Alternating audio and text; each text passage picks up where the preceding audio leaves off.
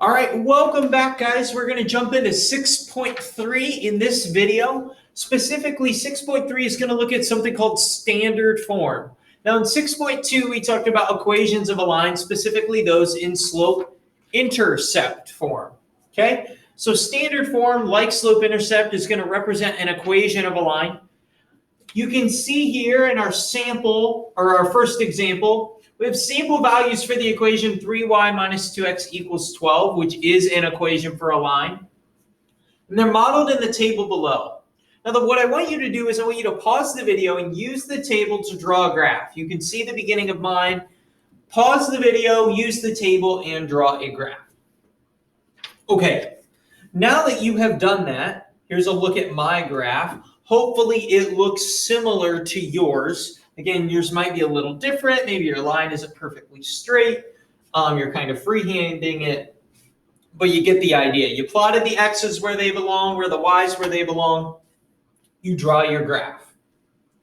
Okay, now we're going to take a pause from this little example here, where again we had table values that fit the equation 3y minus 2x equals 12 in this graph. And I want you to take a second and think back to what is an intercept. I know we talked about it in class the other day. What is an intercept? Pause the video, think of some thoughts. Okay, so what would an intercept be? Well, the way I remember intercept is from football, right? When someone intercepts a pass, the ball transitions from one side to the other, from one team to the other. It's similar in math. An intercept is when something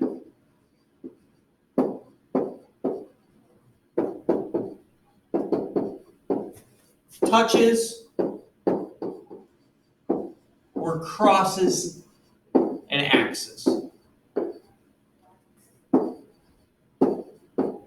When we switch sides of the axis, that is where an intercept, that point where we switch sides of the axis is where an intercept occurs. Okay? So we see two types in math. We have the x-intercept and the y-intercept. And if an intercept is when something touches or crosses an axis, then the x-intercept is where we come into contact with the x-axis. And it's the exact same thing for the y. It's where we contact the y-axis. Okay, so that's an intercept. Well, why am I talking about intercepts? Where are intercepts going to matter? Well, what I want you to think about is if the x-intercept is where we contact the x-axis, look back up at the graph here. Where is my x-intercept? Where do I come into contact with the x-axis? Well, I hope you come up with the point -6, 0. It is where we cross the x-axis. Where is the y-intercept? The y-intercept is where we cross the y-axis, 4, 0. Now, if you think about it, or excuse me, not 4, 0, 0, 4. If I had another point of intersection, let's say it was here, you would tell me that point was 0, 1. I was crossing the axis there. If I crossed it up here, you would tell me it's 0, 9. Now, I want you to think about those 3 green points I just drew on the y-axis. What do they all have in common? Well, I hope you recognize that the x value is always 0. Wherever my y-intercept is, the x value will be 0. The x-intercept, the y value, equals 0. Similarly,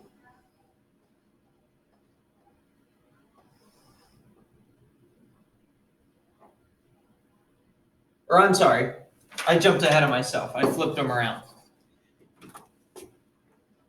What is the y-intercept? Well, we established above where we're crossing the y-axis, the x value is 0. Sorry about that. On the example above, if I would do the same thing with the y-axis, so we say the y-axis we're crossing at -6, 0. If I would cross the y-axis here, or here, what are those points? Well, we have -3, 0. Here we have 5, 0. What do they all have in common? The y value is 0. So just as the x value is 0 for the y-intercept, for the x-intercept, the y value is 0.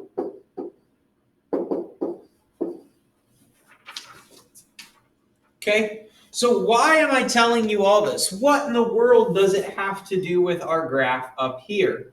Well, here's what it boils down to.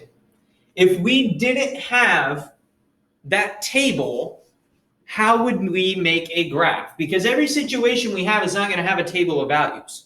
So if I just have 3y minus 2x equals 12,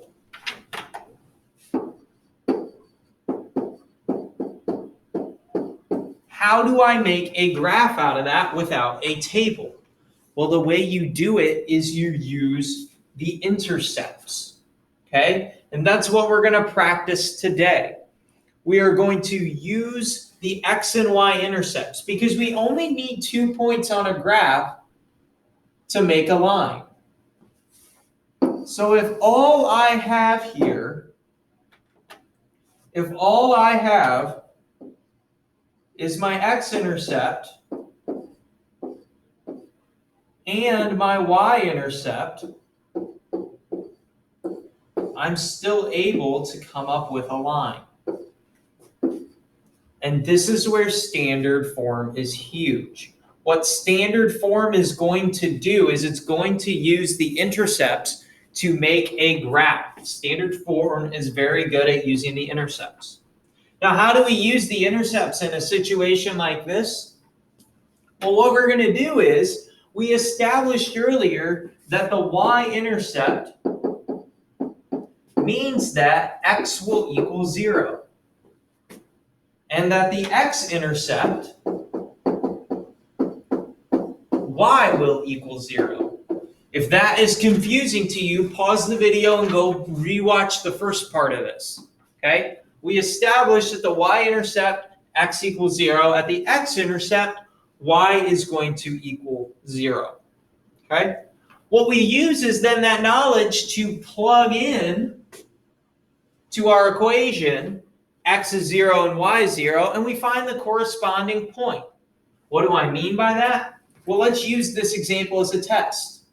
We know according to our chart we should end up with a x-intercept of -6, 0 and a y-intercept of 4, 0. Well, let's say I didn't have that chart. Well, I know the x and y-intercepts, that the y-intercept x equals 0. So I'm going to plug 0 in for x in my equation, and by doing that,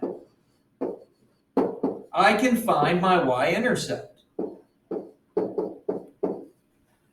-2 times 0 is 0. 3y equals 12, which means y equals 4. Again, I do a little bit of algebra there, and I quickly find out that when x is 0, y will be 4, and that is my y-intercept.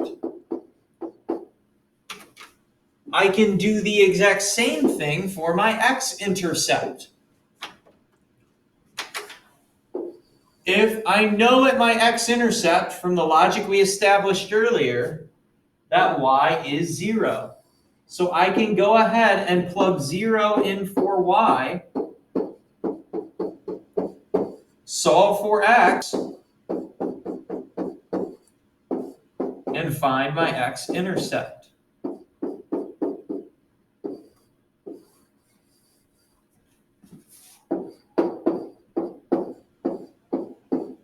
And what do you know? It's the exact same values in my table.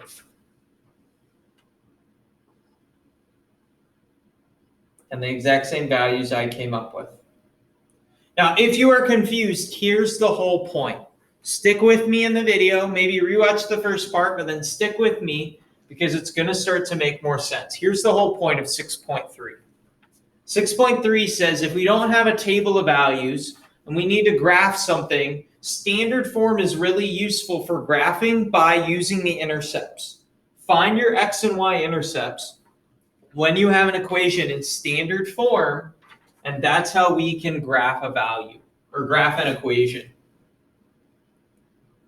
Okay, so some definitions. Again, learning about standard form, which is useful for quickly making graphs. We are going to do this by finding the x and y intercepts, aka we're going to plug in 0 for y to find the x-intercept. And to find the y-intercept, we will plug in 0 for x. Again, I can't stress it enough. If you're confused and going, wait, why for the y-intercept are we not plugging in 0 for y? Go back to the first part of the video and watch it. Your formal definition of standard form, they're all going to look like this. Whereas slope-intercept looked at y equals mx plus b, standard form is ax plus by equals c. Okay. So let's try it. We want to find the x and y intercepts of this standard form equation. Go ahead and pause the video at this point and see if you can do it on your own, and then check your work with mine. Okay, you've tried it, you've unpaused the video. Let's check your answers. Well, we want to find the x and y intercept. Well, we have to remember what happens at the x-intercept. Y is 0. What happens at the y-intercept? Where we cross the y-axis. X will always be 0. So if I'm given this equation and I want to find the x and y intercept, I'm going to plug in 0 for y and 0 for x and solve. So if I want to find the x-intercept, plug in 0 for y. Anything times 0 is 0. I get 3x equals 8. Divide both sides by 3, and x equals 8 over 3. So my x-intercept is 8/3, 0. That's where I'm going to cross the y-axis. If I want to find my y-intercept, I'm going to set x equal to 0.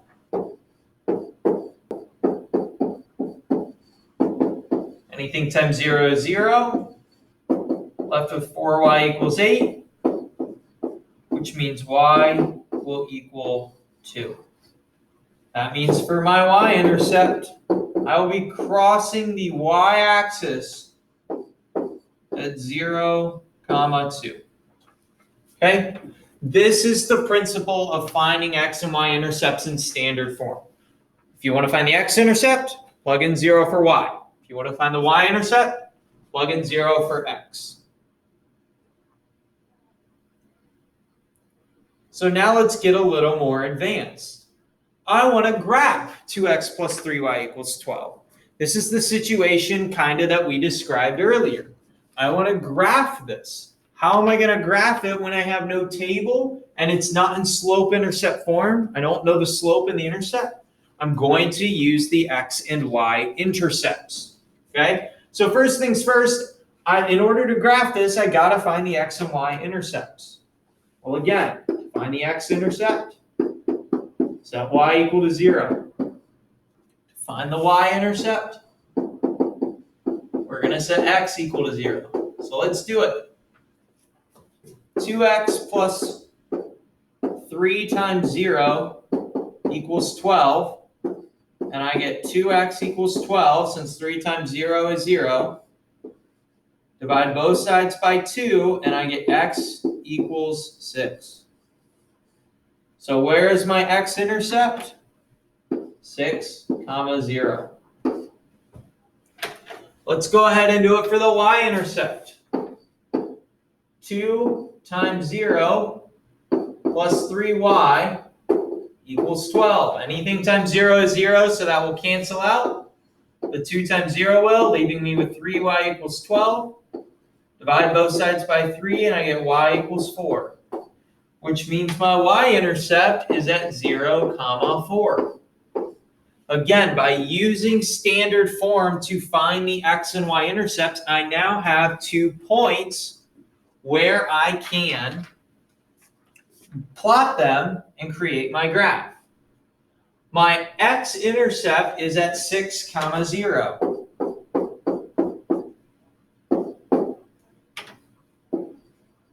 My y-intercept is at 0, 4.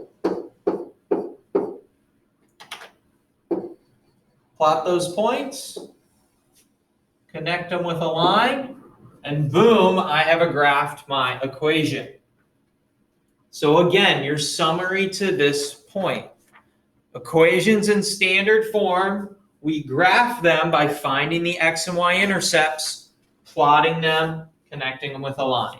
If this is going too quickly or something is confusing and you've gone back through and watched it a couple times now, pause the video and go ahead and shoot me an email about what's confusing you. Maybe you don't understand why the x-intercept means y equals 0. Maybe you're confused about the algebra I'm going through fairly quickly. Whatever it is, pause the video and let me know what questions you got to this point. Okay, let's move on to something slightly different. How am I going to graph y equals -3? I want you to pause the video and think about that. How do I graph y equals -3?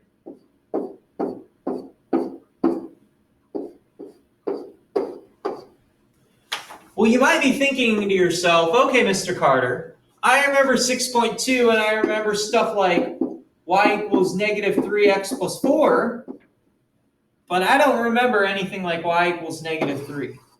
Well, the type of graph this is going to produce is a horizontal line. You see, I'm going to go ahead and put a line right at y equals -3. When I do that, it creates a horizontal line, namely because this has no slope. If we view this as slope-intercept form, there is no slope here. It's just a y-intercept. So anytime you have y equals just a number, think horizontal line. Horizontal line whenever y just equals a number. Now, let's try this one. What happens if I have x equals 2? Well, if you follow the same logic I did last time, probably go, okay, well, when he had y equals -3, he went ahead and just found -3 on the y-axis and drew a line. Well, you're going to do the same thing for x equals 2. I'm going to draw a line right at x equals 2. This will produce a vertical line. Okay? When it's just ever x equals a number, it produces a vertical line. Okay? This also has no slope. Okay? It is undefined.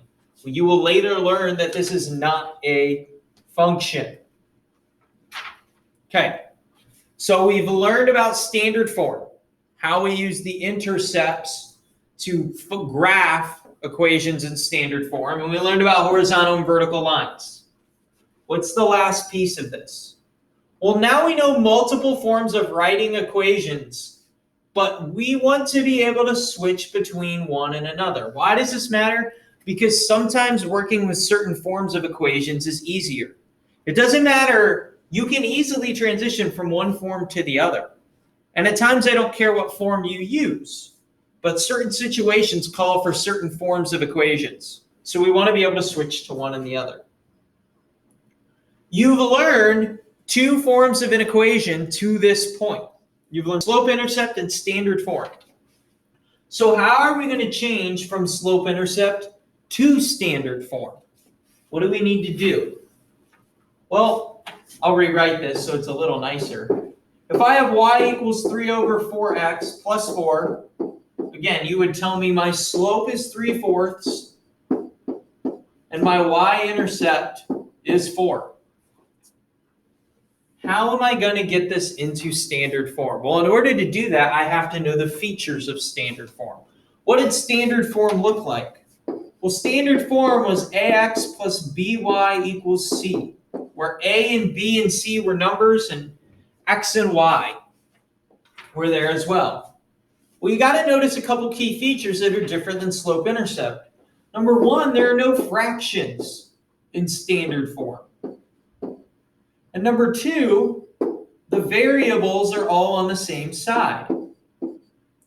So in order to transition from slope-intercept,